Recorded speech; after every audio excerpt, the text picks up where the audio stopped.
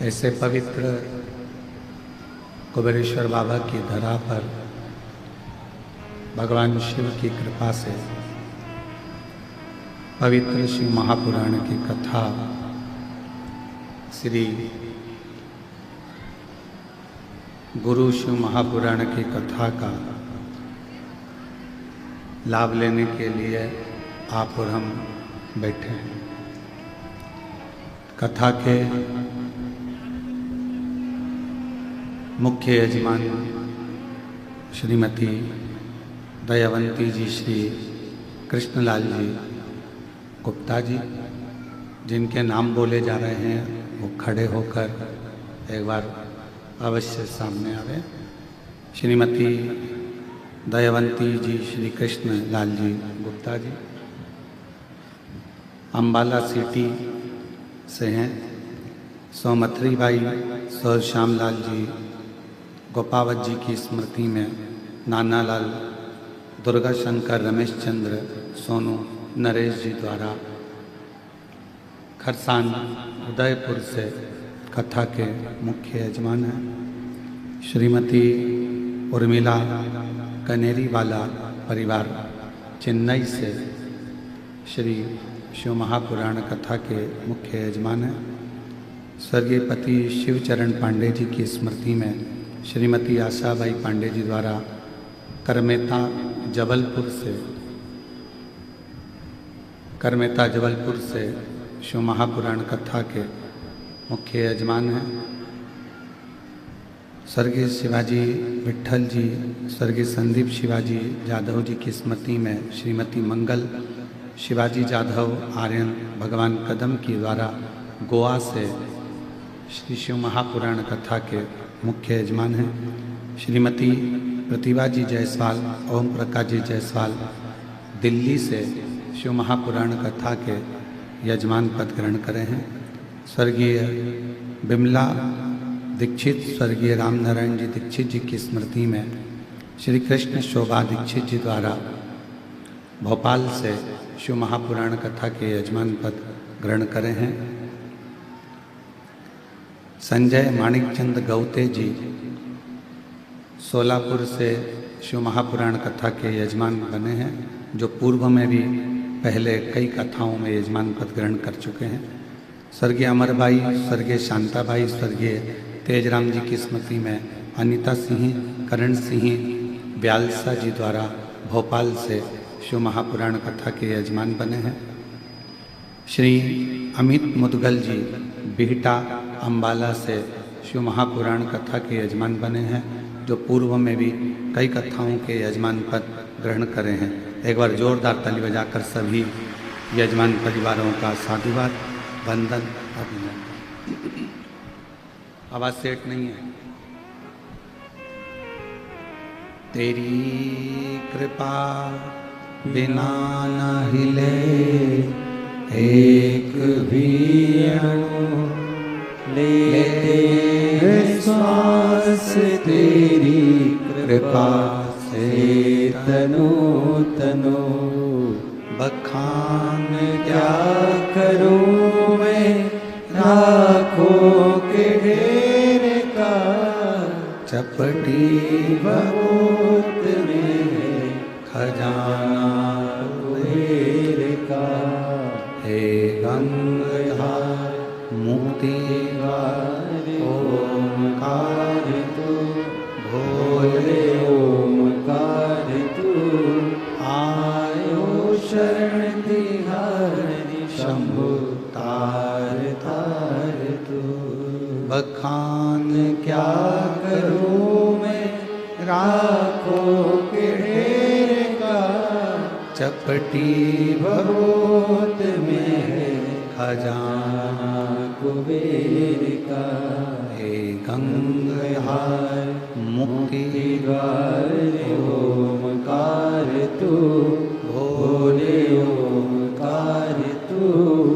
आयो शरण तिहारी शंभु तार तार तू। शिव कृपा से गुरु पूर्णिमा महोत्सव की ये पवित्र कथा 5 दिवसीय शिव महापुराण की कथा कंकर शंकर की पवित्र भूमि कुबेरेश्वर बाबा की धरा पर श्रवण करने का सौभाग्य मिला। यजमान परिवार तो किस्मत वाले हैं ही, पर साथ में आप सब भी बड़े भाग्यशाली हो जो इस पवित्र कथा का लाभ ले रहे हैं। शिव जी की कृपा से, करुणा से कथा चालू नहीं हुई जब तक जलवृष्टि भी नहीं हुई, रुकी हुई थी। और कथा चालू होते से ही इंद्रदेव ने कृपा करना प्रारंभ करी और जलवृष्टि प्रारंभ हुई। बहुत सारे पंडाल आप लोगों के बैठने के लिए लगाए गए,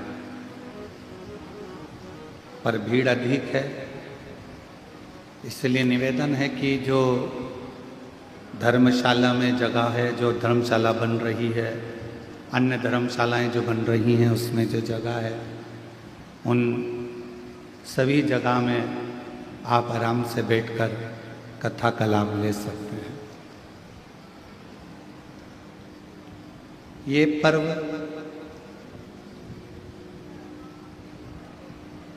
शिव की कृपा से ही प्राप्त हुआ और शिव जी की करुणा से ही मिला। पूर्व में जो कथाओं के यजमान पद ग्रहण कर चुके हैं, जैसे सूरत वाले सोमानी जी हैं और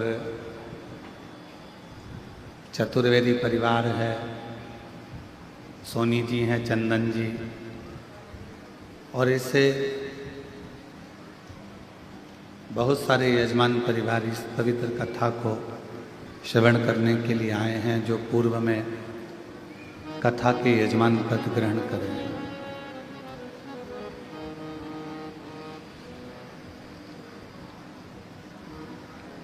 श्रावण के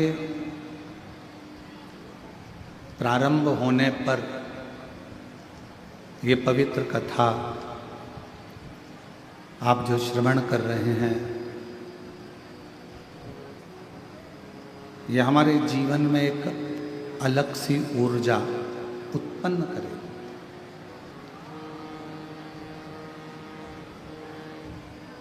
एक गुरु का और एक कथा का यही काम है।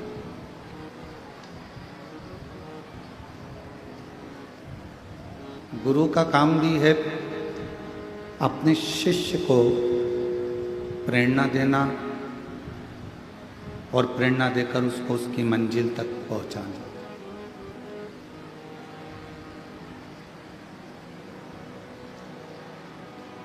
शिव महापुराण का भी यही कार्य है।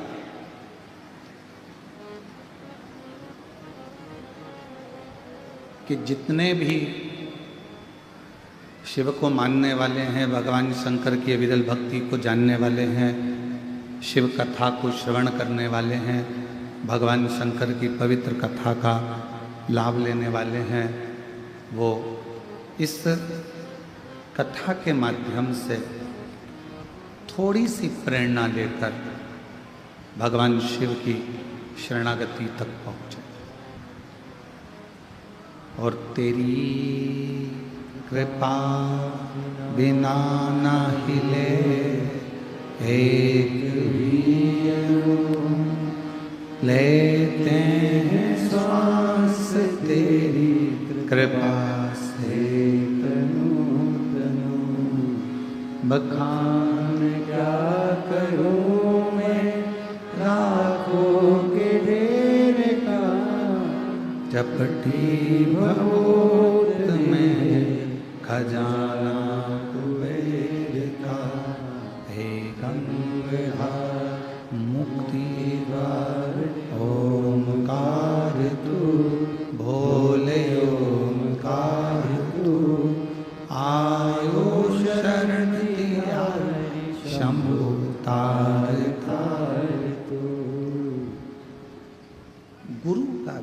काम है और शिव का भी यही काम है। गुरु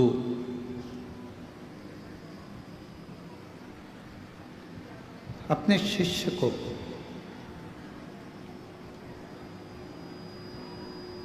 उसकी मंजिल तक पहुंचाने का कार्य करता है। शिव महापुराण की कथा अपने श्रोता को शिव जी के चरणों तक पहुंचाने का काम करती है। अब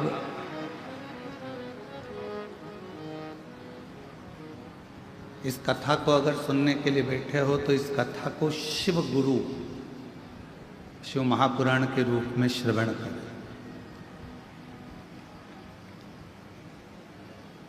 और आज कथा के पंडाल में बैठे हो, कंकर शंकर बाबा की धरा पर बैठे हो, तो ये मानकर बैठना कि अपने पिता के घर में भी बैठे हो और अपने गुरु के घर में भी बैठकर इस कथा का लाभ।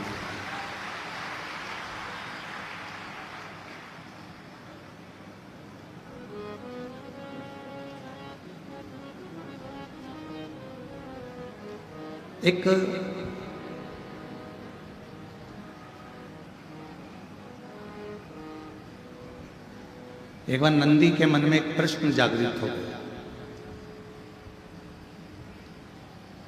जैसे देवराज नाम के ब्राह्मण के मन में प्रश्न आ गया था और नंदी पर बैठकर देवराज नाम का ब्राह्मण उसके प्राण छूट चुके थे और वह नंदी पर बैठकर जा रहा था। नंदी पर बैठकर जाते जाते उसके मन में, देवराज के मन में एक प्रश्न जागृत हो गया।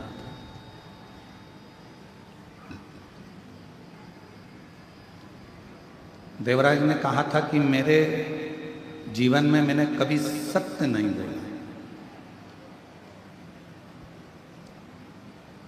मेरे जीवन में मैंने कोई पुण्य का कार्य नहीं करा।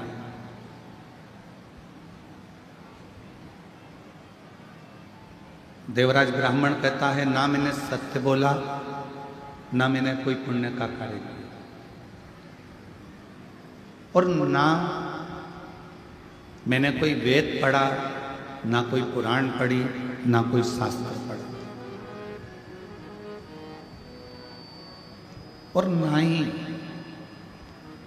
मैंने अपनी पूरी जिंदगी में कोई तीर्थ करा।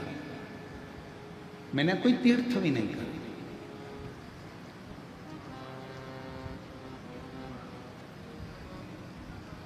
ना मैंने दान करा, देवराज कहते हैं, ना मैंने पुण्य करा, ना मैंने कोई सत्कर्म करा, ना कोई मैंने वेद पढ़ा, ना शास्त्र पढ़ा, और ना ही मैं कभी कोई तीर्थ गया। मैं तीर्थ भी नहीं गया। और देवराज नाम का ब्राह्मण कहता है, शिव महापुराण के महत्तम में इतना तो इतना, मैंने कभी जिंदगी में कोई गुरु भी नहीं बना। अब हमारा शास्त्र कहता है कि जीवन में अगर मनुष्य की देह मिली है तो गुरु मंत्र लेना जरूर है, गुरु दीक्षा लेना जरूर। पर मैंने तो ना दान करा, मैंने ना पुण्य करा, मैंने ना सत्कर्म करा, मैंने ना तीर्थ करा, और मैंने ना ही अपनी जिंदगी में किसी को गुरु बनाया। तो देवराज नाम का ब्राह्मण शिव महापुराण कथा के महत्तम में कहता है कि फिर मैंने ऐसा कौन सा पुण्य कर लिया कि मुझे तो नरक भोगना था और मुझे नंदी पर बिठाकर भगवान शंकर के धाम लेकर जा रहे थे। वो पुण्य कौन सा?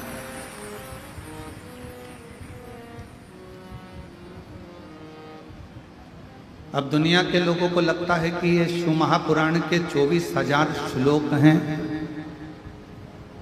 शिव महापुराण की 12 संहिता हैं, शिव महापुराण के करोड़ों करोड़ों शब्द हैं।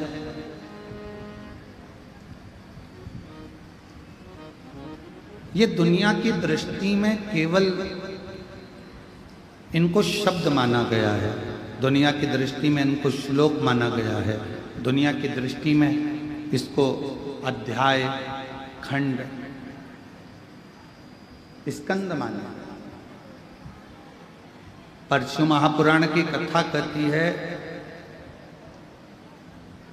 यदि किसी ब्राह्मण के मुख से यदि आपने जिंदगी में एक बार भी किसी शिव धाम में बैठकर भगवान की कथा का लाभ लिया है तो समझ लो कि आपका कोई गुरु है कि नहीं पता नहीं, पर आपका गुरु देवाधिदेव महादेव बन जाता है।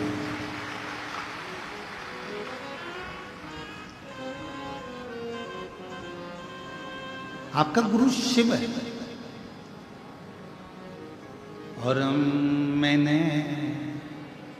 तेरे ही भरोसे बाबा, तेरे ही भरोसे हवा विच उड़ती जावांगी बाबा, डोल हटो छठी नाम कटी जावांगी। भोले मैं तेरी बदन शंभु मैं तेरी बदन हवा विच उड़ती जावांगी बाबा, डोल हटो छठी नाम कटी जावांगी। भोले मैं तेरी बदन शिव को गुरु माना। आपने भी अपनी जिंदगी में कभी शिव महापुराण की कथा को जब से आप सुन रहे हैं, धारण कर रहे हैं, शिव नाम, पंचाक्षर मंत्र नमः शिवाय, षडाक्षर मंत्र ओम नमः शिवाय या श्री शिवाय नमस्तुभ्यम का जाप कर रहे हैं, शिव महापुराण की कथा को यदि आप श्रवण कर रहे हैं तो ये मान कर रखना आपका कोई गुरु है नहीं है, पर आपने अपनी जिंदगी में एक गुरु बना लिया, वो शिव है, शंकर है, और वो निभाता है। जैसे शिव महापुराण की कथा सुनने के बाद, जल चढ़ाने के बाद, बेलपत्र चढ़ाने के बाद, भगवान की अविरल भक्ति धारण करने के बाद, भगवान शंकर के मंदिर जाने के बाद आप अगर भूल भी जाएं कि मैंने जल चढ़ाना, अगर तुमने बचपन में जल चढ़ाया, जवानी में भूल गए, जवानी में जल चढ़ाया, अधेड़ी में भूल गए, अधेड़ी में जल चढ़ाया, बुढ़ापे में भूल गए, मान लो आप अगर भगवान शंकर को जल चढ़ाने के बाद में भूल भी गए, पर देवाधिदेव महादेव आपके जल को नहीं भूलते।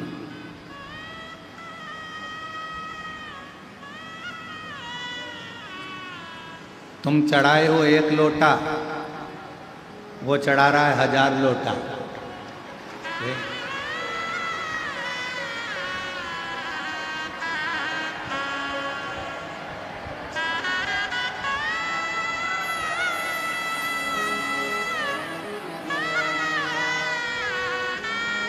अब तुम खुद विचार करो, कथा चालू होने से पहले पानी था?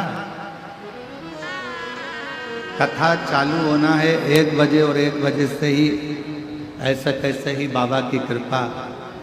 तुम लोगों ने जो कुबेरेश्वर बाबा को अंदर जाके 1 लोटा चढ़ाया है तो वो भी तो कृपा कर कर 2 लोटा चढ़ा ही रहा है।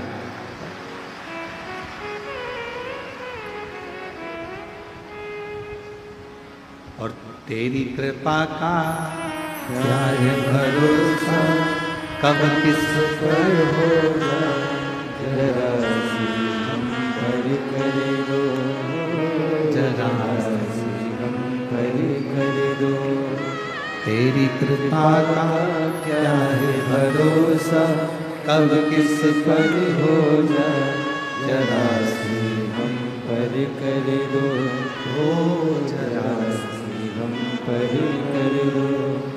जिस पर भी हो गई तेरी कृपा करुणा, वो भव पार हुआ, भव पार हुआ।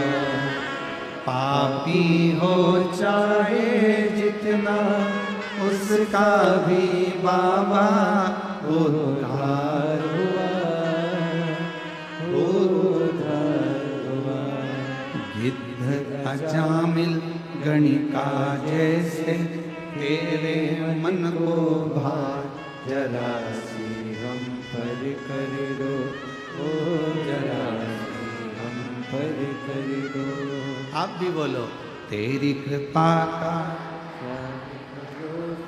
कब किस पर हो जाए, जरा सी हम पर कर दो, जरा सी हम पर कर दो। कोई भरोसा नहीं। शिव गुरु कब कैसे कहाँ कृपा करता है वो ही जान सकता। शिव गुरु कब करुणा करेगा, कैसे कृपा करेगा, कहाँ कृपा करेगा, ये वही जान सकता। और फिर निवेदन करें,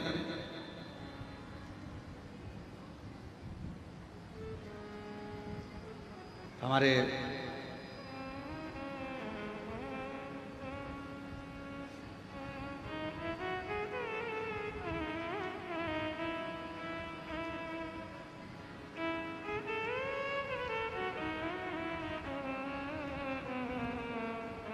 बीटा अंबाला वाले मुदगल जी अभी बीच में जब आए थे तो उन्होंने एक प्रश्न किया। मुदगल जी, आपका वो प्रश्न हमको स्मरण में है कि शिवजी स्वप्न में हर कभी आ जाते हैं।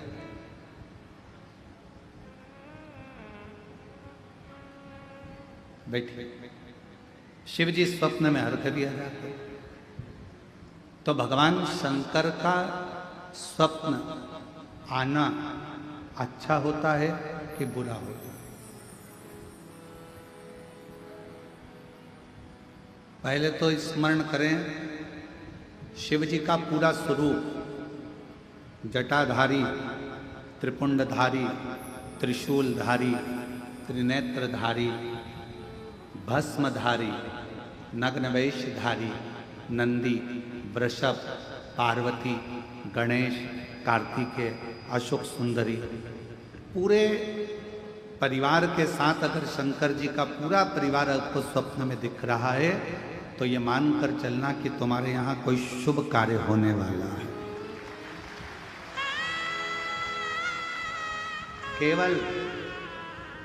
केवल और केवल भगवान शंकर त्रिशूल लेकर, त्रिपुंड लगा है, जटाजूड़ बांधे हुए हैं, भस्म दमी हुई है, मृगछाला पहने हुए हैं, बागंबरधारी है, रुद्राक्ष की माला है, चेहरे पर मुस्कुराहट है, अकेले शिव त्रिशूल के साथ नजर आ रहे हैं तो समझना कोई संकट आने वाला था, उसको टालने के लिए मेरा शंकर तुम्हारे स्वप्न में आकर खड़ा।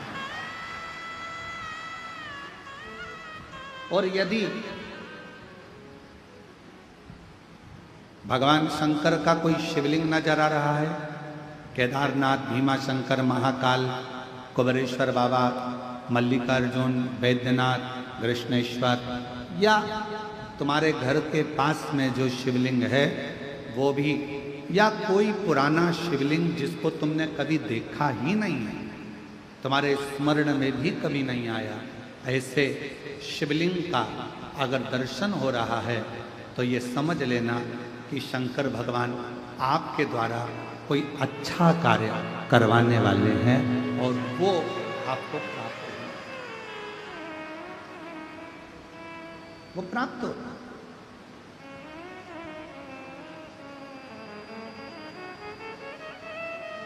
शिव जी कोई श्रेष्ठ कार्य, जितने लोग गीले हो रहे हैं छाते में, मेरा निवेदन, फिर निवेदन करूं आपको, आप लोगों की अविरल भक्ति को मैं नमन करता हूं कि इतना पानी में भी आप लोग खड़े हुए हैं। आपसे निवेदन है, अगर कहीं धर्मशाला साइड में बन रही है धर्मशाला, वहाँ जगह हो तो वहाँ, और अगर चाहते हैं तो हम मना नहीं करेंगे, आप लगाओ आराम से सुनो। ये आप लोगों की अविरल भक्ति है, पर जहाँ जहाँ जगह मिले वैसा वैसा आप बैठकर कथा का लाभ करें। पंडाल बहुत लगे हैं, 1 2 3 4 5 6 7, ऐसे 7-8 पंडाल हैं। जहाँ जहाँ आप लोगों को जगह मिलती जाए वहाँ बैठकर आप लोग लाभ ले सकते हैं।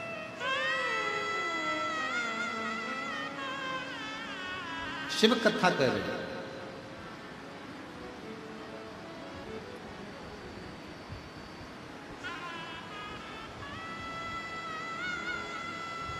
देवराज नाम का ब्राह्मण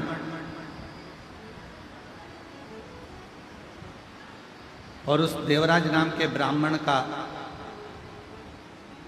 सबसे बड़ा क्रम कि ना मैंने कोई पुण्य करा, ना मैंने कोई दान करा, ना मैंने कोई सत्कर्म करा, ना मैंने कोई गुरु बनाया, ना कोई मैं तीर्थ गया, ना मैं कोई अच्छे कार्य के लिए गया। फिर आखिर एक बात समझ में नहीं आती कि मैंने कोई ऐसा बड़ा काम नहीं करा, मैंने कोई सत्कर्म नहीं करा, मैंने कोई पुण्य नहीं करा, मैंने कोई दान नहीं करा, मैंने कोई गुरु नहीं बनाया, फिर ऐसी कृपा, फिर ऐसी करुणा कि मुझे नंदी पर बिठाकर कैलाश धाम के लिए लेकर गया। ये पुण्य कौन सा? तो कहा एक पुण्य,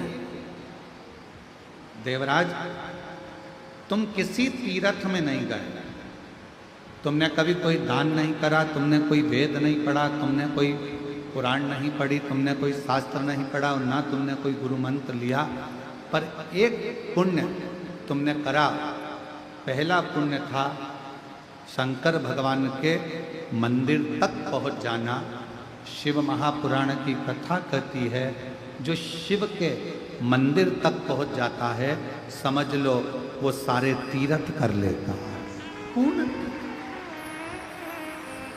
बोल बम का नारा है, सारी समस्या का हल मान।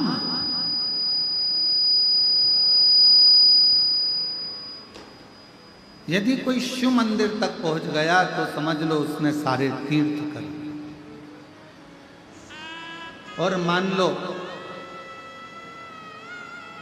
देवराज नाम के ब्राह्मण से स्वयं नंदी कर,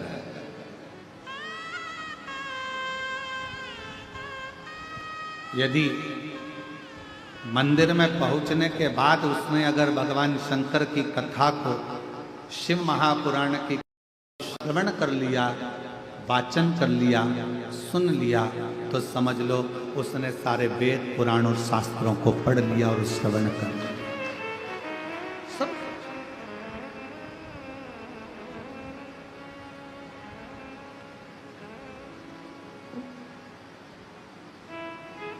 उसने श्रवण भी कर लिया, पढ़ भी लिया। और एक बात और स्मरण करो, मान लो उसने कोई गुरु दीक्षा, कोई गुरु मंत्र नहीं लिया, शिव महापुराण की कथा में पहुंचकर, शिवालय में पहुंचकर भगवान शंकर का पंचाक्षर मंत्र नमः शिवाय, षडाक्षर मंत्र ओम नमः शिवाय, श्री शिवाय नमस्तुभ्यम अगर धारण कर लिया तो समझ लो शिव ने ही उसको गुरु मंत्र भी प्रदान कर दिया। शिव ने, भगवान शंकर ने।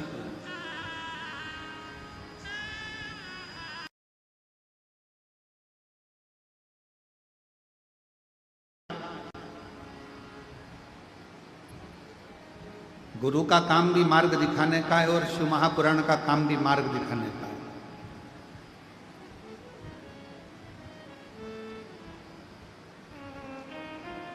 और ये पुराण 24,000 श्लोक, 12 खंड, 12 संहिताएं, करोड़ों शब्द, ये हमें मार्ग प्रशस्त करते हैं, मार्ग। हाँ, गुरु भी परीक्षा लेता है और शिव महापुराण की कथा भी परीक्षा लेता है, शंकर भी परीक्षा लेता है।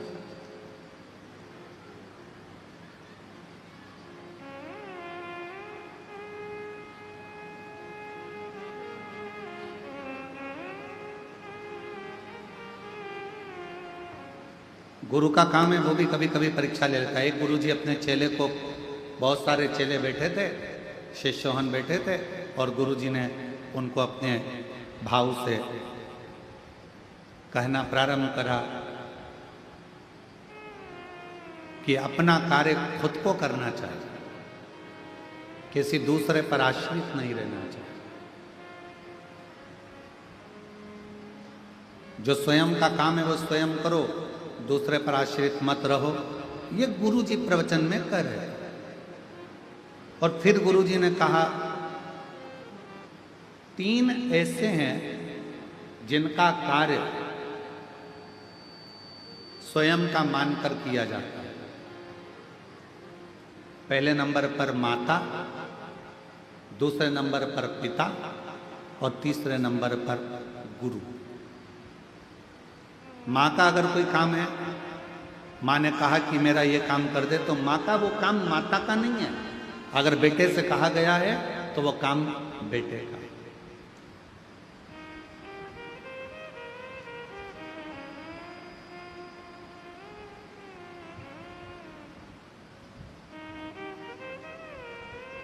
चार साल पहले सूरत वाले सोमानी जी कथा करवाए थे हॉल के अंदर।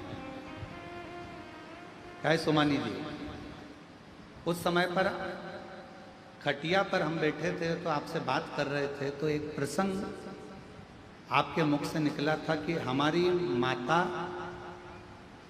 तो भाभी जी बोली थी हमारी सास और हमारे ससुर का नेचर ऐसा था, वो अपना काम भी स्वयं करना पसंद करते थे और रसोई घर से जितने लोग आ जाते थे उनको खिलाकर प्रसन्न होना पसंद करते।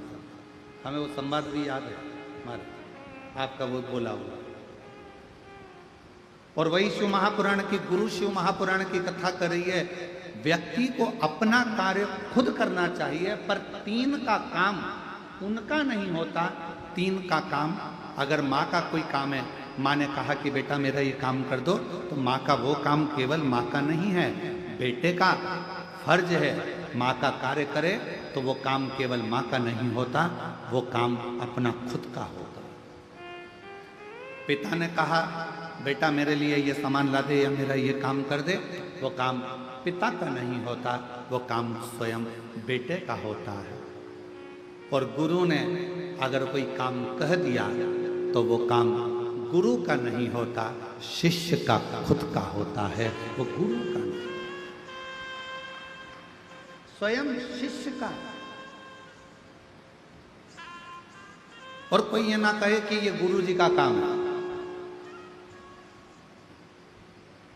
गुरु पूर्णिमा के अवसर पर अगर आप कथा में आए हो, खड़े होकर भोजन परोस रहे हो, रोटी बेल रहे हो, सब्जी बना रहे हो, आलू काट रहे हो, सब्जियां काट रहे हो, सेवा कर रहे हो, पानी पिला रहे हो, किसी को नाश्ता करा रहे हो, ये मत सोचना कि ये काम तो गुरु जी का है, गुरु जी का है, गुरु जी का है।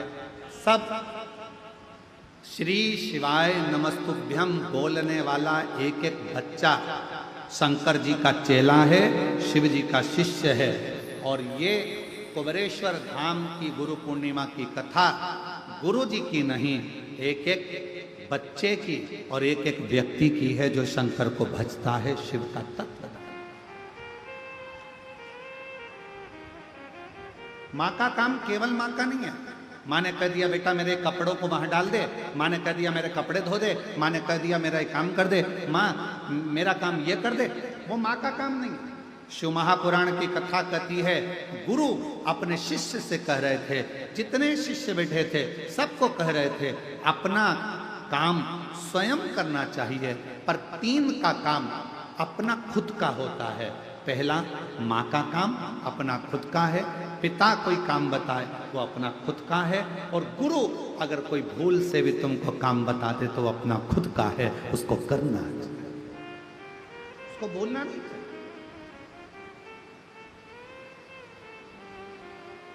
स्वयं करें।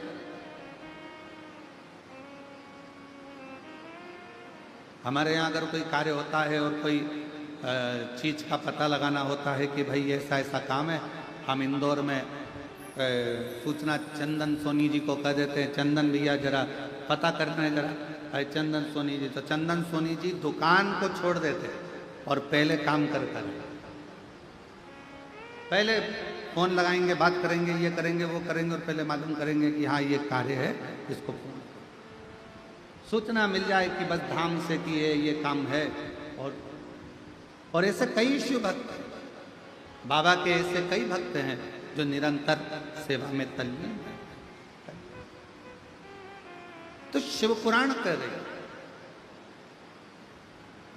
माता का काम अपना है, पिता का काम अपना है, गुरु का काम अपना,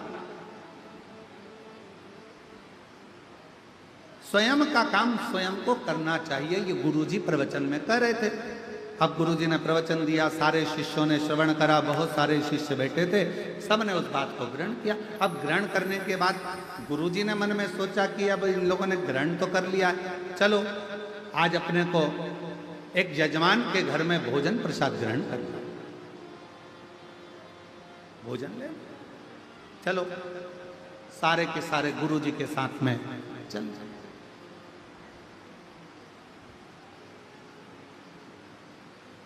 ओम नमः शिवाय, ओम नमः शिवाय, ओम नमः शिवाय, ओम नमः शिवाय। गुरुजी चले, चेले पीछे पीछे चले, सब मंत्र जाप करते करते जा रहे।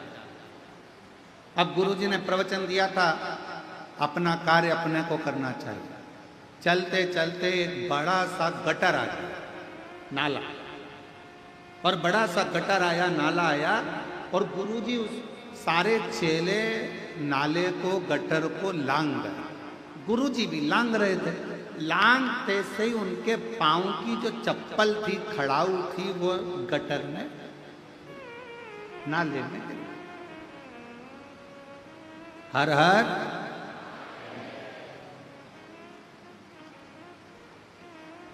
अब वो चप्पल गिर गई, खड़ाऊ गिर गई गटर में, नाले में, और गुरुजी चिल्ला कर बोले, अरे मेरी खड़ाऊ, मेरी पादुका नाले में चली गई, गटर में चली गई।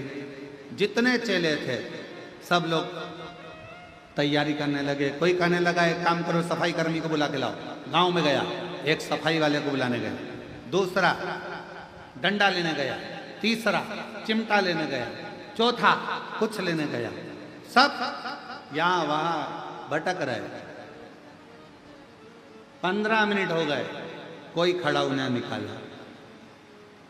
एक शिष्य सबको देख रहा था,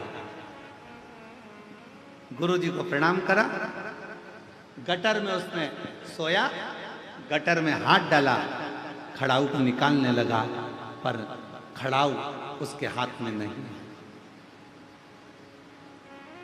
खड़ाऊ उसके हाथ में नहीं, पादुका उसके हाथ में नहीं।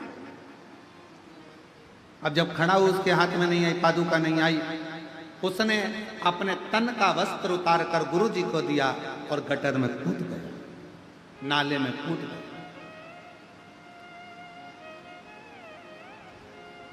कोई सफाई कर्मी को लेने गया, कोई किसी को लेने गया, कोई किसी को लेने गया, और मालूम पड़े वो गटर में कूदा, खड़ाऊ निकाली, धोया, गुरुजी को लाकर दे दी।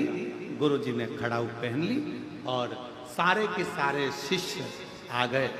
और आते से शिष्यों ने कहा कि गुरुजी तो इतना बड़ा प्रवचन दे रहे थे कि खुद का काम खुद को करना चाहिए,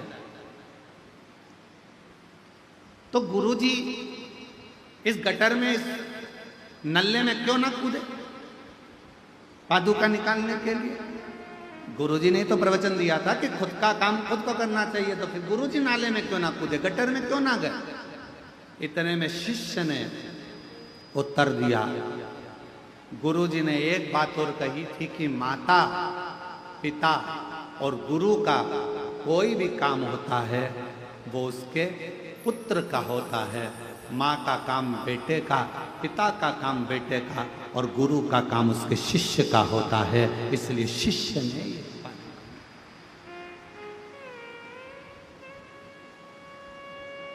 चल दिया, फिर चल दिया। ओम नमः शिवाय, ओम नमः शिवाय, ओम नमः शिवाय, ओम नमः शिवाय। फिर चल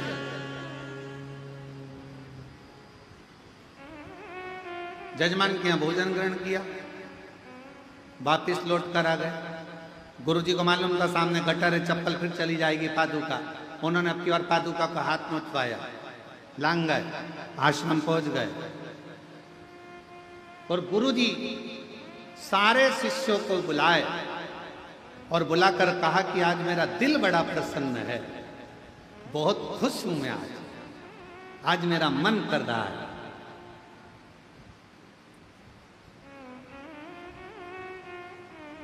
जिस शिष्य ने गटर में से मेरी पादुका निकाली है, मेरा मन करता है आज मैं उसे कुछ दूं। सारे चेले सुन्न हो गए। बताओ, अपने को क्या मालूम था, अपन निकाल देते, अपने को कुछ मिल जाता। सारे चेले बड़े, आज मेरा मन कर रहा है कि मैं गटर में से इसने मेरी पादुका निकाली है, मैं कुछ दूं। सबने ताली बजा दी, हाँ साहब गुरुजी देना चाहिए, देना चाहिए। और गुरुजी ने कहा, बेटा तूने मेरी पादुका गटर में से निकाली है, मेरी ये पादुका तू रख। शिष्य पादुका, बहुत सावधानी से कथा सुनिएगा। गुरु शिव पुराण कथा चल रही है। शिव गुरु, गुरुजी ने पादुका उस चेले को दे दी। चेला पादुका को सिर पे लगाकर अपने कक्ष में ले गया। जितने स्टूडेंट थे, जितने शिष्य थे, सारे के सारे शिष्य उसको चिढ़ाने लगे। जो चप्पल गुरु के काम की नहीं थी वो चप्पल तुझे दे, जो पादुका गटर में गिर गई थी वो पादुका गुरुजी नहीं पहनता इसलिए तुझे दे दी।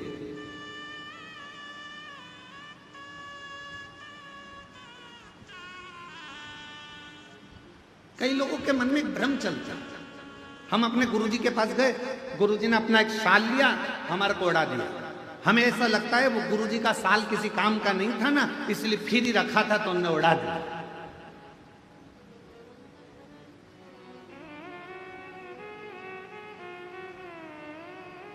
अब कौन समझाए, कौन समझाए कि गुरु का स्पर्श करा हुआ मात्र शाल ही क्या, गुरु का स्पर्श करी अगर मात्र एक अक्षत का दाना भी मिल जाए तो वो करोड़ों की पूंजी बन जाए। कौन उसको समझने वाला चाहिए।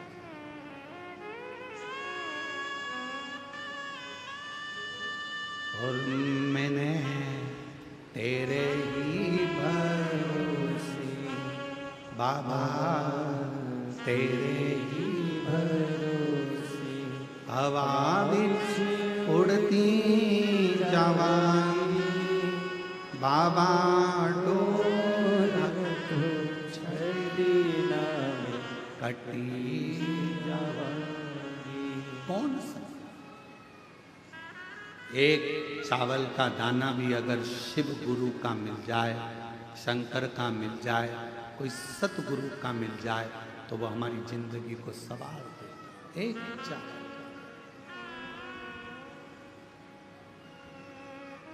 अब लोगों की दृष्टि में क्या है, फालतू का साल पड़ा होगा, गुरुजी ने उठा के दे दिया।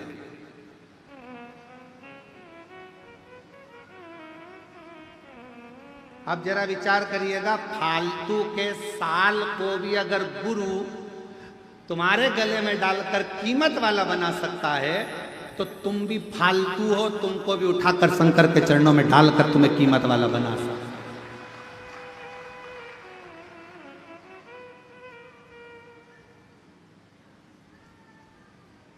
तुम भी ये सोचो ना कि हम भी, हो सकता है कि हमारे जीवन में ना जाने कितना पाप कर्म किया हो, कितना गलत कर्म किया हो, क्या क्या करा हो, हम भी अपने जीवन में हो सकता है ऐसे कि हमारी मंजिल तक नहीं पहुंच पा रहे, हम भी फालतू होंगे उस समय पर। हमारे पास में भी कोई कार्य नहीं होगा तो हमारा गुरु, कोई शिव गुरु ऐसा मिलेगा कि हमको भी परमात्मा की शरणागति तक, शुभ कार्य तक पहुंचा सकता, अच्छी जगह तक पहुंचा सकता।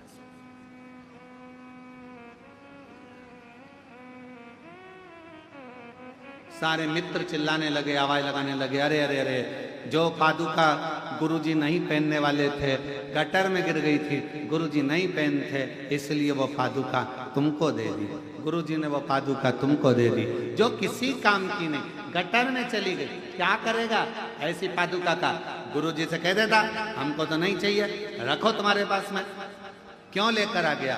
उसने कहा मेरे गुरु के चरण की पादुका है, मेरे गुरु ने मुझे दी है, अब वो गटर की हो, चाहे हीरे की हो, वो चाहे सोने की हो, वो चाहे अंबारी की हो, पर मेरे गुरु की पादुका मेरे जीवन का सुख प्रदान कर मुझे। हम तो बाबा के भरोसे चलते हैं, हम तो बाबा के भरोसे चलते हैं, ये दुनिया वाले चलते हैं, ये दुनिया वाले चलते हैं, डमरू वाले के भरोसे चलते हैं, ओ घड़तानी के भरोसे चलते हैं, सीहोर वाले के भरोसे चलते हैं, सीहोर वाले के भरोसे चलते हैं, काशी वाले के भरोसे चलते हैं, डमरू वाले के भरोसे चलते हैं, हम उसके आश्रित। फिर मित्रों ने कहा गुरु जी की पादुकाएं गटर की है, नाली की है, करेगा क्या? क्या इसको तिजोरी में सेट के रखे, अलमारी में सजा कर रखेगा, क्या करेगा?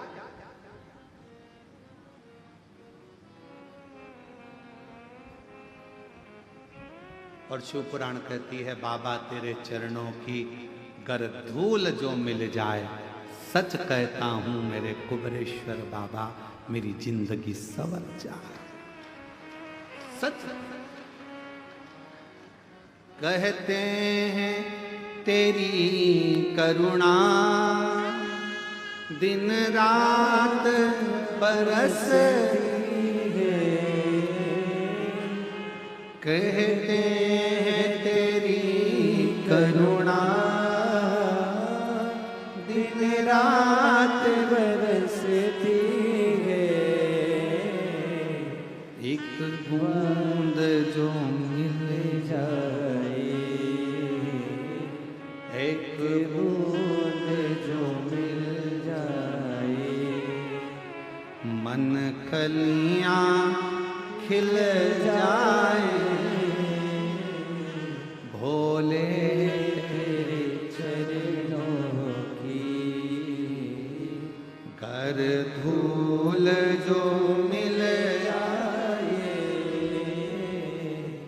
बाबा तेरे चरणों की घर धूल जो मिल जाए, सच कहता हूँ बाबा, सच कहता हूँ गुरुदेव, किस्मत ही बदल जाए बाबा कई किस्मत। यहाँ तो पादुका की बात करते हो। शिष्य ने कहा मेरे गुरु ने मुझे दी, भले गटर की है नाली की है, कैसे कैसे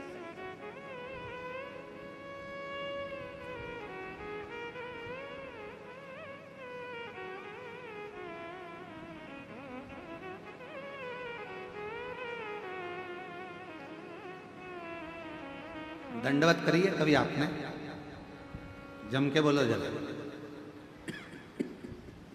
भगवान के सामने दंडवत करिए, प्रणाम कराए। आवाज नहीं आई, बोलो तो ठीक है। अब भगवान के सामने दंडवत करना है तो पहले तुम जगह देखोगे कि यहां गंदा हो रहा है, वहां थोड़ा सा कीचड़ है, थोड़ा सा फिर उधर से फिर दंडवत करो। करा ऐसा नहीं, क्यों? क्योंकि शास्त्र कहता है नर कपड़न से डरत है और नरक पड़न से ना। आज कपड़ों से डर लग रहा है कि मैं दंडवत करूंगा तो मेरा कपड़ा गंदा हो जाएगा। शिव पुराण की कथा कहती है दंडवत करने में कपड़ा भले गंदा हो जाता है पर मन उजला हो जाता है। दंडवत करने में कपड़ा गंदा होगा चलेगा पर मन गंदा नहीं होना चाहिए। दंडवत करी कपड़ा हम विचार करते हैं यहां करूंगा गंदगी है, वहां करूंगा गंदगी है, वहां करूंगा।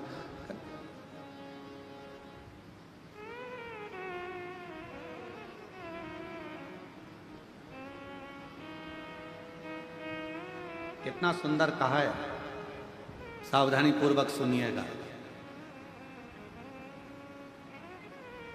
जब कावड़ चलती है, कावड़ को लेकर जो कावड़िया कंधे पर बांबू लेकर दो डंडे में, डंडे के अंदर दो लोटा लेकर बोल बम लेकर चलता है। किसी का पीक थूक गुटका रोड पर पड़ा रहता है, अगर कावड़िया उस गुटके को लांग कर चले जाता है तो जिसने थूका हुआ होता है उसको मरने से पहले भोगना पड़ता है। कावड़ जाने वाले रास्ते पर कावड़िया जिस मार्ग से जाते हैं, कावड़िया जिस रास्ते से निकलते हैं, कावड़ जिस मार्ग से निकलती है, उस मार्ग को कई लोग अपने घर के दरवाजे पर भी अगर गंदगी है तो पानी डालकर साफ कर देते हैं कि कोई कावड़िया निकल कर जाएगा, शिव के लिए जल लेकर जा रहा है, शंकर को दिल से चढ़ा रहा है। हम नहीं जा सकते पर अपने मार्ग को स्वच्छ तो बना सकते। और कितनी सुंदर बात कही स्वयं माता पार्वती जी ने तुमरुका जी से प्रश्न किया था कि कावड़ सावन के महीने में क्यों भराती है? क्या कावड़ शिवरात्रि पर नहीं भरा सकती? 12 महीने नहीं भरा सकती? श्रावण के महीने में ही क्यों भराती है? क्योंकि भगवान तुमरुका जी ने कहा संसार में रहने वाला चाहे पशु हो, पक्षी हो, जलचर हो, चाहे मनुष्य हो, वो पृथ्वी पर गंदगी कर देता है। बारिश का पानी सावन में जब गिरता रहता है तो रोड मार्ग स्वच्छ होता रहता है, तो जिसने अगर कुछ गंदगी करी भी है तो उसको दोष नहीं लगता और कावड़ियां निकलता चलता। श्रावण में कावड़ की महत्वता क्यों? क्या माघ महीने में कावड़ नहीं भर सकते? क्या बैसाख महीने में कावड़ नहीं भर सकते? क्या हम ज्येष्ठा महीने में नहीं भर सकते? कार्तिक में नहीं भर सकते? भादों में नहीं भर सकते? केवल श्रावण का महीना कावड़? उसका कारण केवल इतना सा है, जल वृष्टि होती रहती है, भूलवश कोई थूक कर चले गया, वो पानी से साफ हो जाता है, तो जिसने थूका उसको दोष नहीं लगता है। कावड़िया के चलने से पाप उत्पन्न नहीं होता, इसलिए श्रावण के महीने में ही कावड़ को भरा जाता है। ये शिव की उदारता, शंकर की करुणा। नहीं तो शिव जी के कावड़ तो बैसाख में भी बढ़ सकते थे, जिस समय लोग ठंडा पानी भरते हैं भगवान को चढ़ाते हैं। और नहीं तो कई लोगों के मन में आता है कावड़ क्यों चढ़ा रहे हो सावन में, भगवान के ऊपर तो पहले से ही इतना पानी गिर रहा है बारिश का, क्या करोगे चढ़ाकर। और कावड़ को श्रावण महीने में चढ़ाने का कार्य ही यही है कि मान लो कोई पक्षी है, उसने गंदगी कर दी, कावड़िया उलांग कर गया, पक्षी को दोष लगे, उससे अच्छा है श्रावण के महीने में जलवृष्टि होती रहती है, और वह जलवृष्टि के कारण कावड़िया चलता रहता है, तो किसी को दोष नहीं लगता। बाबा के धाम पर जाकर अविरल जल को समर्पित करता है तो सुख का अनुभव करता है, सुख का।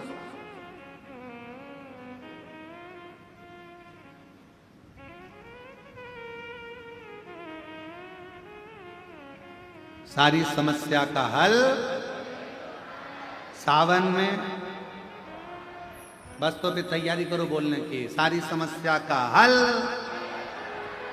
अरे फिर बोल गए 1 लोटा, सावन में 2 लोटा, सारी समस्या का हल 2 लोटा जल सावन में।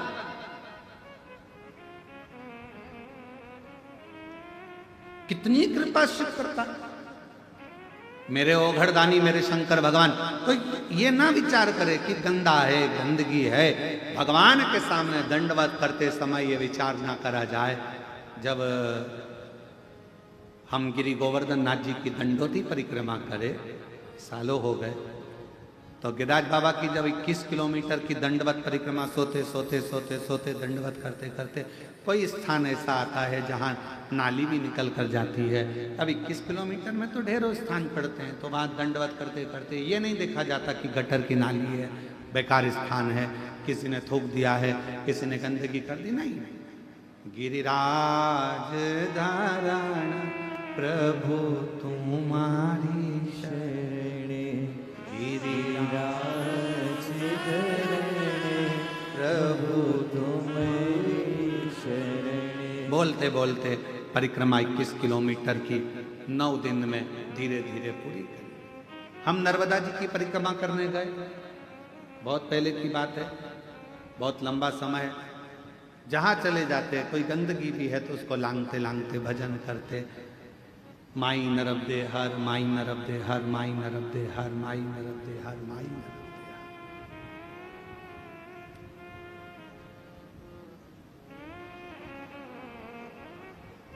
तदीय पाद पंकजम नमामि देवी,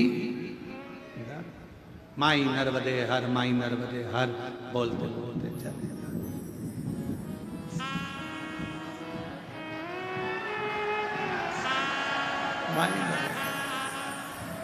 बोलते चले जाओ। और इसमें यह नहीं देखा जाता कि सामने गंदगी पड़ी है, कोई सामान पड़ा है।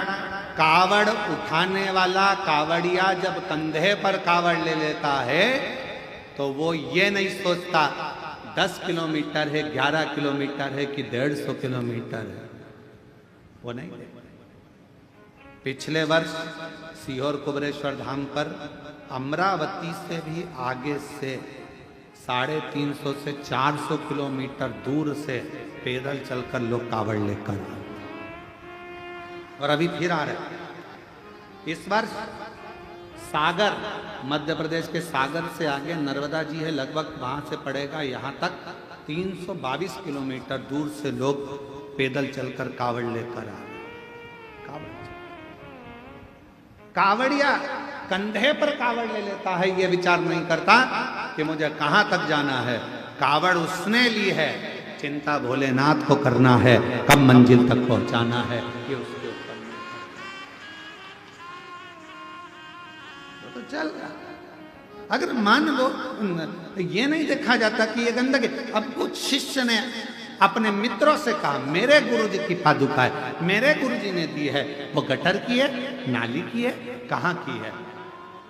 और बाबा तेरे चरणों के होना हमें बास रे, तेरे चरण रज से बुझानी हमें प्यास रे। ये उसके चरण का बिंद मिल गया, उससे बढ़कर कोई सुख। पादुका रख ली, शिष्य चिढ़ाने लगे, समय बीत गया, शिष्य लोग अपने अपने घर चले गए। ये भी पादुका लेकर गया। पादुका ले जाने से पहले इसने घर के अंदर बंदर बार बांधी, मेरे गुरु की पादुका आई है। पास में उसके मित्र रहते थे, उसके घर के माता पिता को कह दिया तुम्हारा लड़का पागल हो गया। गुरुजी ने जिस पादुका को गटर में गिरा दिया था वो गुरुजी पादुका खुद नहीं पहने, इसको दे दी, और वो पादुका तुम्हारा लड़का लाया है। उसने लाकर उस पादुका को एक श्रेष्ठ जगह पर पूजन के लिए रख लिया। बस रोज पादुका का पूजन करता। समय निकलता गया, 6 महीना, 8 महीना, 1.5 साल, 2 साल निकले। उसका ज्ञान बढ़ता गया, विद्वत्ता बढ़ती गई, वैभव बढ़ता गया। जब गुरु कृपा करता है तो फिर वैभव के साथ में धन देना प्रारंभ कर देता है। पहले तपाएगा। गुरु का काम, मेरे शंकर भगवान का कार्य, मेरे शिव तपाएंगे, गुरु तपाएगा। अरे जाओ भगवान के भरोसे रहो, करो मेहनत थोड़ी करो। अरे मैं तो हार गया। हार? कितना सुंदर कहा है। रामकृष्ण परमहंस जी ने स्वामी विवेकानंद जी को जब हारते हुए देखा, रामकृष्ण परमहंस जी ने जब स्वामी विवेकानंद को देखा कि इसका हृदय थोड़ा कछोट रहा है, थोड़ा टूट रहा है, अंदर से स्वामी विवेकानंद जी थोड़े से टूटते हुए दिखे, तो गुरु ने सोचा कि ये टूटे ना। रामकृष्ण परमहंस जी स्वामी विवेकानंद जी का हाथ पकड़कर समुद्र के तट पर ले गए, और रामकृष्ण परमहंस जी ने समुद्र के तट पर स्वामी विवेकानंद जी को बिठाया। थोड़ी देर में एक मछुआरा मछली पकड़कर जाल लेकर आया, बहुत सारी मछली। गुरु जी ने कहा देखो स्वामी विवेकानंद, इसमें 3 तरह की मछली है। पहली जो सोच रही है कि अब मैं मरूंगी, दूसरी निकलने का प्रयास कर रही है पर थोड़ी देर में वो हार जाती है, और तीसरी मछली बार बार निकलने का प्रयास कर रही है। इसमें 3 मछलियां हैं। बोलो स्वामी विवेकानंद, इनमें से कौन सी मछली जाल में से निकल जाएगी, बताओ। स्वामी विवेकानंद जी ने कहा गुरुदेव, वो तीसरे नंबर की मछली जो बार बार निकलने का प्रयास कर रही है, वो एक ना एक बार जाल में से निकल जाएगी। स्वामी विवेकानंद जी से रामकृष्ण परमहंस ने कहा मनुष्य के जीवन में भी 3 पड़ाव आते हैं।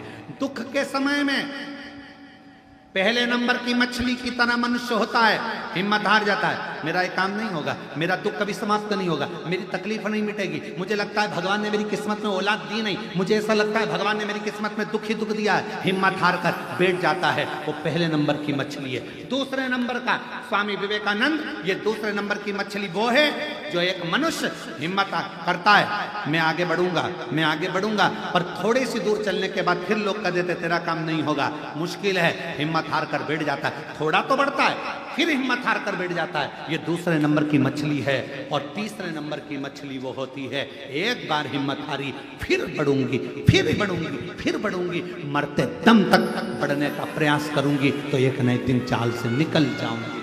दुख आया, तकलीफ आई, कष्ट आया, थोड़ा प्रयास करना। स्वामी विवेकानंद जी को 3 मछली से भगवान रामकृष्ण परमहंस जी ने अपने शिष्य को ज्ञान उपदेश दे दिया था कि तीसरे नंबर की मछली प्रयास करती रहती है तो मंजिल तक पहुंच जरूर जाती है। आप अपना प्रयास करते रहना, हिम्मत हारने वाले हों।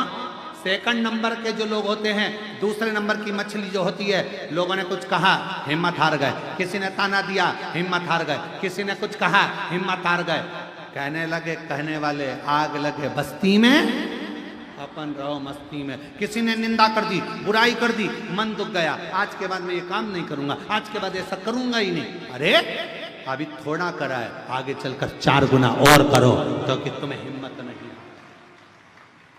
तुम्हें हिम्मत नहीं आ रहा है। निंदा करने वाला निंदा करेगा, बुराई करने वाला बुराई करेगा, अपशब्द कहने वाला अपशब्द लिखेगा। सोशल मीडिया में, अन्य जगह पर उसका काम केवल एक है, तुम्हारे भीतर के विल पावर को तोड़ना, तुम्हारे भीतर के विश्वास को तोड़ना, तुम्हारे भीतर के विल पावर को, तुम्हारी मजबूती को तोड़ने के लिए लोग दिन भर सोशल मीडिया हो, अपशब्द लिखने से बाज नहीं आते और अपशब्द बोलने से बाज नहीं आते, पर भीतर से मजबूत रहना कि तुम शंकर के शिष्य हो, टूटने वाले नहीं। भीतर से मजबूत रहना, तुम टूटने वाले नहीं। ये मेरे शंकर का एक शब्द अपने भीतर उतार कर रखना कि 3 मछलियां रामकृष्ण परमहंस जी ने स्वामी विवेकानंद जी को दिखाई थी। पहली जो हिम्मत हार गई, मर गई, दूसरी आगे बढ़ी, फिर ठंडी होकर बैठ गई, और तीसरी बार बार प्रयास करती रही। 1 बार नहीं होगा, 2 बार नहीं होगा, 3 बार नहीं होगा। ये 11 जजमान बने हैं। 11 ही जजमान खड़े हो तो जरा, 11 जजमान खड़े हो गए। ये 11 जजमान बने। अब इनसे कोई पूछा जाए कि तुम जजमान पद लेने के लिए प्रयासरत थे? ये 11 जजमान कई बार सोच चुके, हम जजमान बनेंगे, हम जजमान बनेंगे, हम जजमान बनेंगे, और आज बाबा ने यहाँ कुबेरेश्वर धाम में यजमान बनाकर बिठा दिया। बैठिए, प्रणाम करता हूं। आज बाबा कुबेर भंडारी ने, विराजिए, बैठ, कुबेर भंडारी ने यजमान पद ग्रहण कराकर बिठा दिया। आपने हिम्मत हार ली, भगवान हमें तो दे ही नहीं रहा, भगवान हम पर तो कृपा कर ही नहीं रहा। करो अपना कर्म, अपनी मेहनत, अपनी लगन और शंकर पर किया गया भरोसा, एक दिन तुम्हें भी यजमान बनाकर बिठाएगा, ये निश्चित है। हिम्मत नहीं हार। हम तो बाबा के भरोसे चलते हैं, हम तो बाबा के भरोसे चलते हैं। और जब हिम्मत करो, एक पत्र है, अच्छा है, देखिए।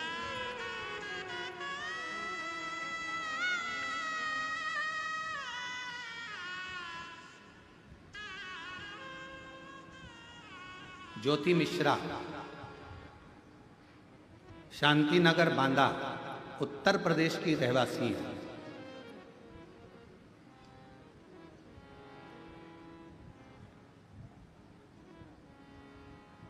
गुरु पूर्णिमा से एक कार्य किया जा रहा है, चैनल पर मोबाइल नंबर नहीं दिखाया जाएगा। जो जजमान का पत्र रहेगा उसका मोबाइल नंबर चैनल पर नहीं दिखाया जाएगा।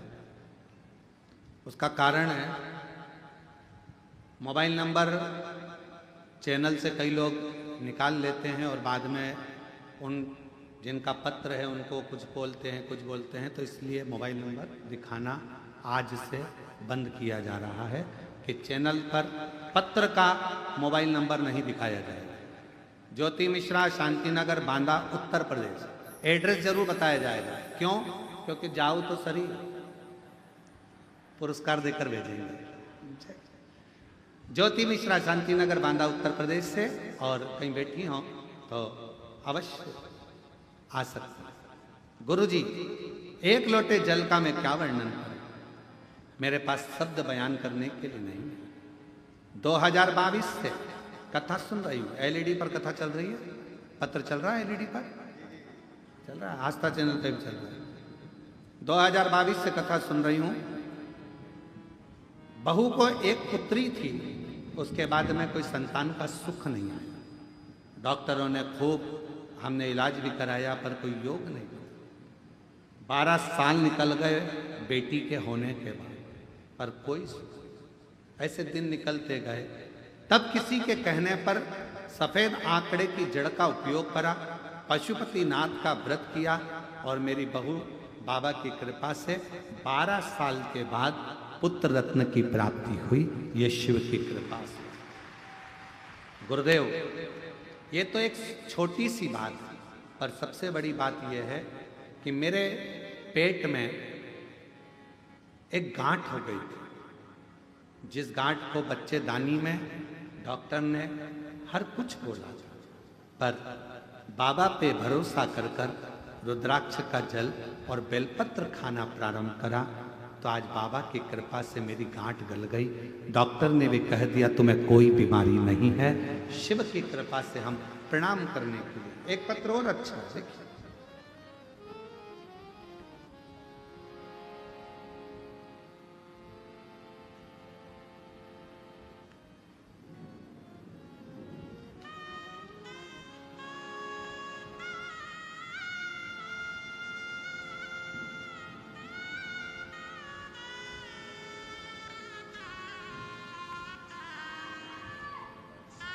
मैं मोहिनी राणा, जिला धौलपुर, राजस्थान की रहने वाली हूँ। मेरा नंबर 2024 में आंगनवाड़ी का फॉर्म भरा था। कुछ दिनों के बाद उन्होंने फॉर्म में कोई गलती निकाली, फिर फॉर्म भरा, फिर कोई गलती निकाली। 2024 का रुद्राक्ष महोत्सव फरवरी में अपने कुबरेश्वर बाबा सीहोर लेकर आए और बाबा से विनती कर कर गई। आज बाबा की कृपा से 1 अप्रैल को मुझे ज्वाइनिंग आ गई। बाबा को प्रणाम करने के लिए यहाँ पर आए। शिव तत्व कहता है, एक माँ ने पत्र में लिखा, लक्ष्मी उमाशंकर चौरसिया, राजीव नगर, बेगमपुर, दिल्ली से आए हैं। कहीं बैठे हों जिनका पत्र पढ़ा जा रहा है वो लोग आ सकते हैं। मेरी पोती की तबीयत बहुत खराब थी। बाथरूम में प्रोटीन जाता था, जिस वजह से उसकी किडनी खराब हो गई थी। उसके हाथ ने काम करना बंद कर दिया था। सारे डॉक्टरों को दिखाया पर फिर भी उसका कोई लाभ नहीं मिला। हाथ काम नहीं करता था, पूरा हाथ बेकार हो गया था। तब विचार किया क्या करें। बाबा से प्रार्थना कर कर रुद्राक्ष का जल देना, शिवजी से विनय करना, मंदिर में पोछा झाड़ू करना प्रारंभ करा और बाबा की कृपा से हाथ भी ठीक हुआ और बेटी की किडनी ने भी काम करना प्रारंभ करा। मैं बाबा को यहाँ प्रणाम करने के लिए आई हूँ। शिव शिव है, एक विश्वास, एक भरोसा, एक दृढ़ता आपके भीतर शिव तत्व की।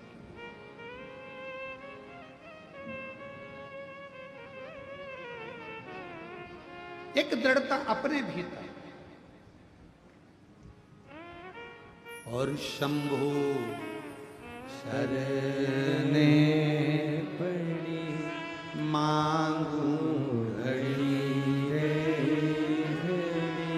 दुख काटो दया करी निदर्शन आपो।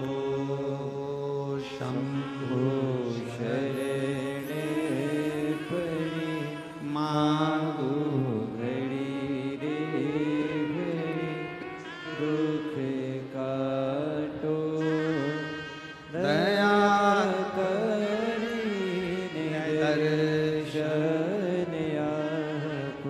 आप शिव पर कितने आश्रित। भगवान की भक्ति में यह नहीं देखा जाता कि कहां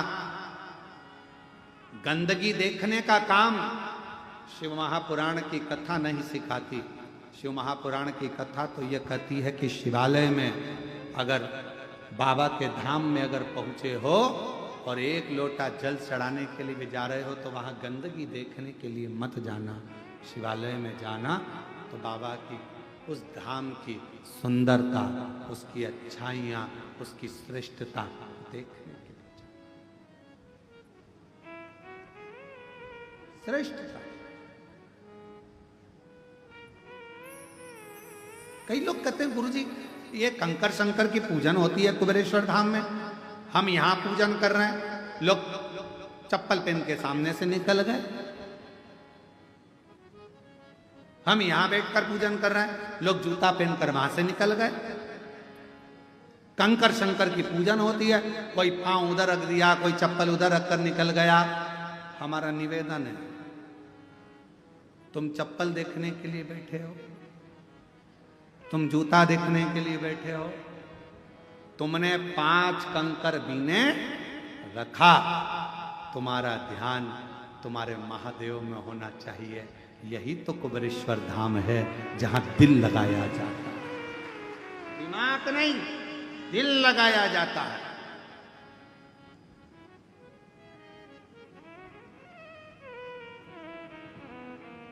प्रेम प्यार दिल से होता है कि दिमाग से होता है? जम के बोलो जरा। 1 2 3 4 5 6 7 8 जितने पंडाल के बैठे हो सब बोलो, काय से होता है? दिल से। दिमाग से प्यार होता तो सोच लेते, पर आज के जमाने का जो संबंध होता है वो दिमाग से होता है। लड़के वालों के 2 पेट्रोल पंप है, 3 है, ऐसा है, धन है, वैभव है, सत्ता है। पर पहले के समय में ये पेट्रोल पंप गाड़ी बंगला नहीं देखते थे। पहले के समय में देखते थे कि जिसके घर में संबंध हो रहा है वो कितना दिल वाला है, उसका हृदय कैसा है, परिवार कैसा है, कुटुंब कैसा है, रिश्ता कैसा है, ये नहीं देखा। आज के जमाने में तो लोग संबंध भी करते हैं तो ये सोच कर करते, कितना कितना करने का, कितना प्यार भी लोग करते हैं तो ये सोच लेते हैं ये मोबाइल में बैलेंस डलवाएगा कि नहीं डलवाएगा। और अगर मालूम पड़े थोड़ा सा बैलेंस मोबाइल में नहीं डाला या लैपटॉप नहीं दिलाया या कुछ भी नहीं दिलाया तो ब्रेक, हम तो बोले ही नहीं, आवाज वहां से आ रही है ब्रेक का,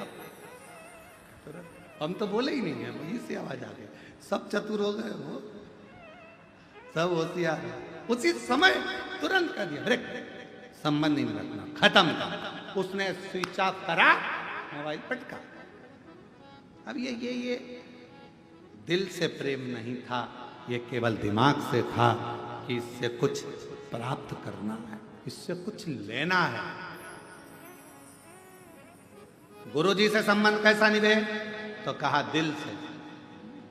गुरुजी के पास जाओ, ये सोचकर मत जाना कि गुरुजी मुझे कुछ देंगे।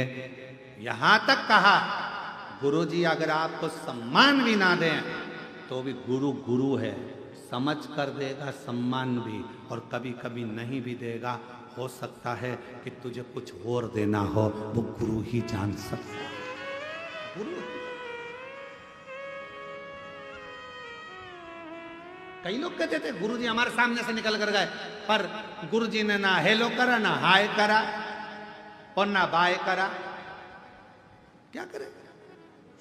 तुम किसके लिए आए हो? उस ओघड़दानी के लिए, शंभू के लिए। कई लोग कहते हैं हमने कंकर शंकर की पूजन करी, वहां से कोई जूता पहन कर निकल गया, चप्पल पहन के निकल गया। तो किसके लिए आई थी?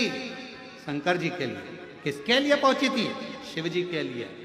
अगर शिव के लिए आई है तो कंकर में शंकर को देख। सामने से जो जूता पहनकर गया उसका जूता क्यों देखे? क्यों?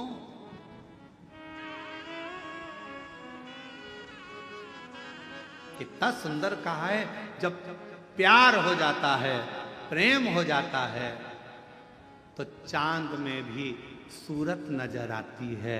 उसी तरह जब प्रेम हो जाए तो कंकर में भी शंकर नजर आता है। शिव शिव वही। और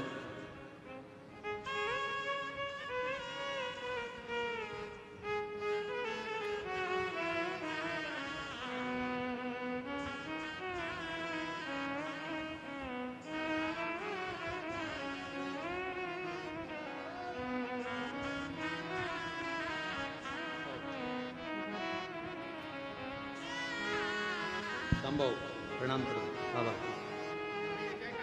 प्रणाम करो।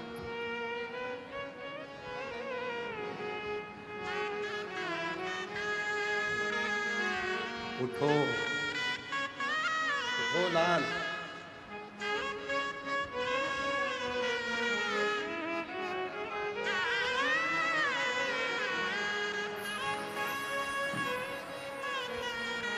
इसने सिद्ध कर दिया है कि 2 की गोदी में नींद अच्छी आती है। एक माँ की और एक गुरु की। चैन से सो, बैठा है संभालो, सब बोलते हैं।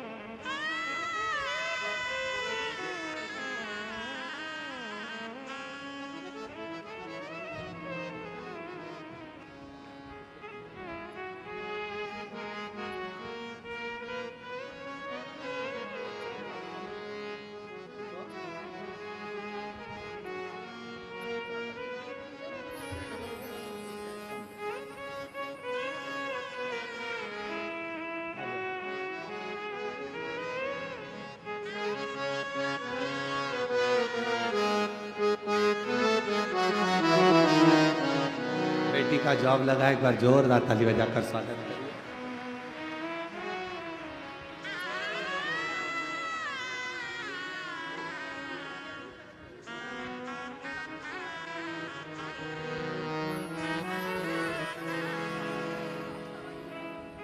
दीदी बोल रही हैं इतनी बीमार थी 3 साल से, एक भी दवाई खाने का बाबा ने मौका नहीं दिया, मैं पूर्ण स्वस्थ हो गई। ये शिव की कृपा है।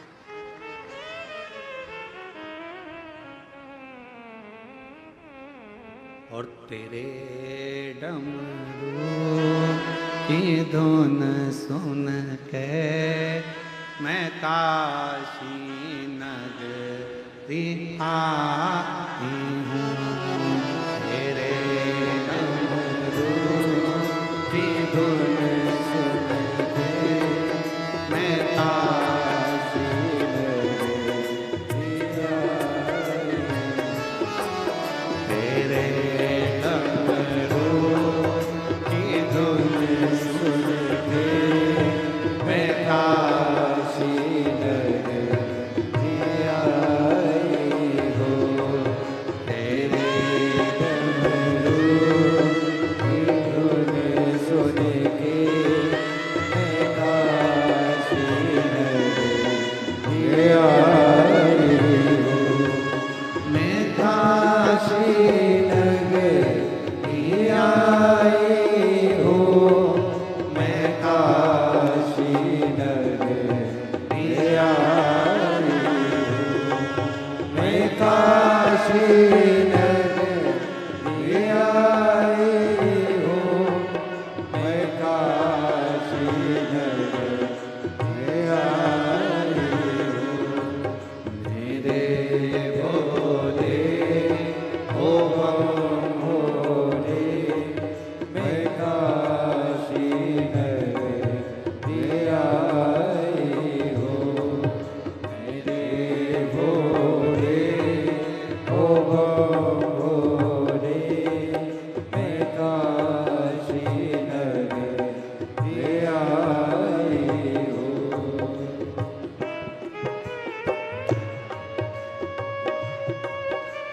इस बेटी की किडनी खराब हो गई थी, डॉक्टर ने पूर्ण तरह से किडनी को डैमेज बता दिया था। अब पूर्ण तरह से स्वस्थ है। एक बार जोरदार ताली बजाओ, बेटी पूर्ण तरह से।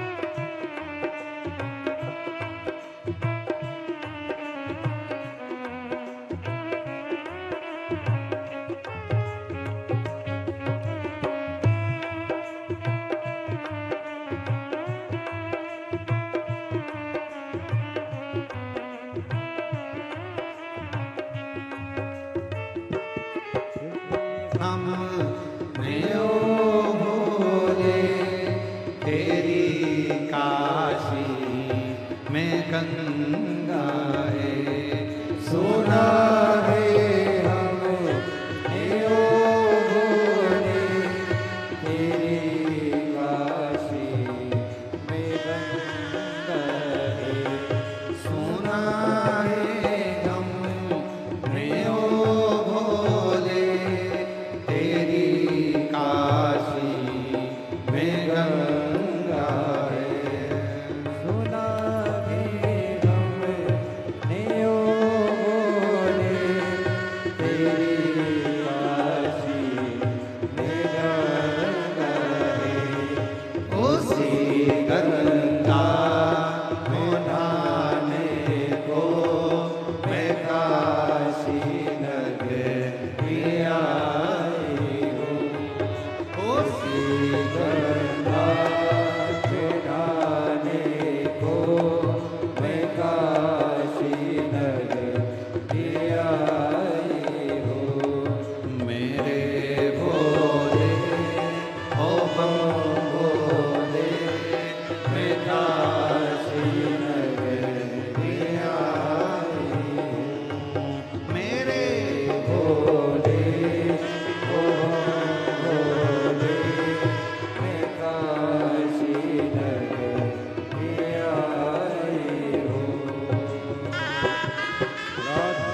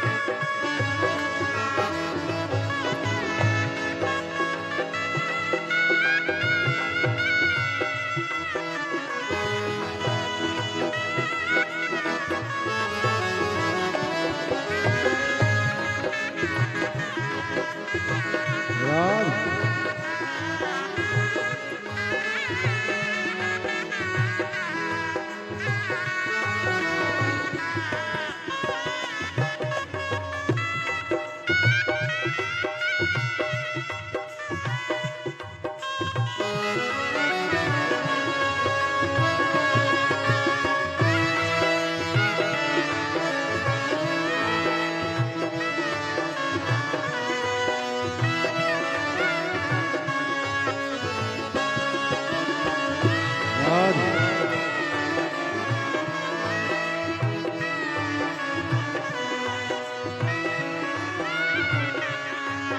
सुना